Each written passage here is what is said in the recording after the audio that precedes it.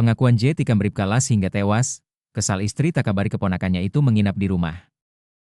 J, 43, memberikan pengakuan kepada polisi yang mengamankannya usai menikam sang keponakan Bribka Laude Abdul Salman alias Bribka Las, Sabtu, 15 November 2025, dini hari. J mengaku dirinya kesal lantaran sang istri berinisial H tidak mengabarinya terkait Bribka Las yang akan tidur, menginap, di rumah. Saya itu dengan istri saya saling menyayangi. Tapi itulah, di saat saya melaksanakan piket. Kamu hargai saya lah. Ada keluarga mau datang, kata J dikutip tribunnews.ultra.com dalam rekaman yang didokumentasikan pihak kepolisian, Sabtu, 15 November 2025, Bribka Las adalah keponakan langsung dari H, istri J. Dia mengaku tak memiliki masalah dengan Bribka Las. Hanya saja dia kecewa lantaran tak diberitahukan sang istri akan kedatangan keponakannya itu. Diketahui Las datang ke kota Kendari dan menginap di rumah J. Las memiliki agenda penting di Kendari karena mengantar atlet para layang. Peristiwa bermula saat J cekcok dengan istrinya. Las yang sudah tertidur pun terbangun dan mencoba melerai pertengkaran. Sayangnya, ia menjadi korban keganasan dari pamannya.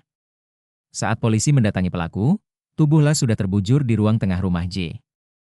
Polisi pun langsung melakukan olah tempat kejadian perkara. Bahkan sempat meminta izin pada J sebelum memulai olah TKP.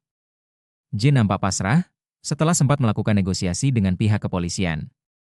J masih pakai pakaian dalam. J masih mengenakan celana dalam atau kolor saat sejumlah polisi sudah berada di lokasi kejadian. Sabtu, 15 November 2025. Ia sempat keluar dan berdiri di teras rumah. Momen penangkapan tersebut terekam kamera awak media. Terlihat sejumlah petugas kepolisian dan beberapa orang berpakaian biasa, sudah berada di depan rumah bercat warna kuning. Sementara, J pelaku penikaman keluar hanya dengan memakai kolor saja. Ada seorang pria berkaos putih meminta pelaku untuk masuk dan mengenakan celana. Pakai celana dulu, kata pria tersebut dikutip dari rekaman video. Lantas, si pelaku berinisial J ini masuk kembali. Terlihat jelas dalam rekaman, jejak kaki pelaku dipenuhi darah. Pria berkaos putih pun mencoba bernegosiasi agar pelaku segera keluar kembali. Ia turut mempertanyakan parang yang diduga digunakan untuk menikam korban. Mana parangnya? Tutur sang pria. Kita cerita dulu baik-baik, ujarnya. Pelaku pun keluar dengan seragam dinasnya dan mengenakan kaos kaki. Sampai akhirnya ia diajak berkompromi terlebih dahulu. Sementara bernegosiasi dan menceritakan peristiwa yang terjadi di dalam rumahnya.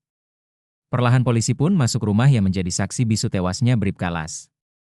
Jasad Las terbaring tak berdaya dengan lumuran darah yang sudah merembes ke lantai rumah. Insiden penikaman ini membuat gempar masyarakat kota Kendari.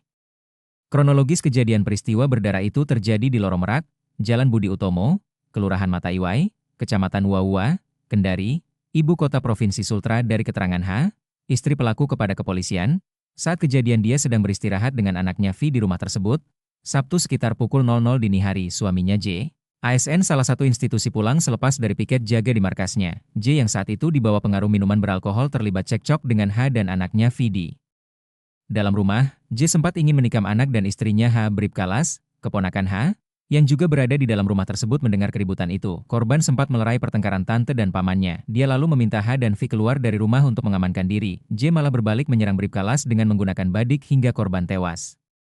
H dan V kemudian lari keluar rumah untuk meminta pertolongan warga.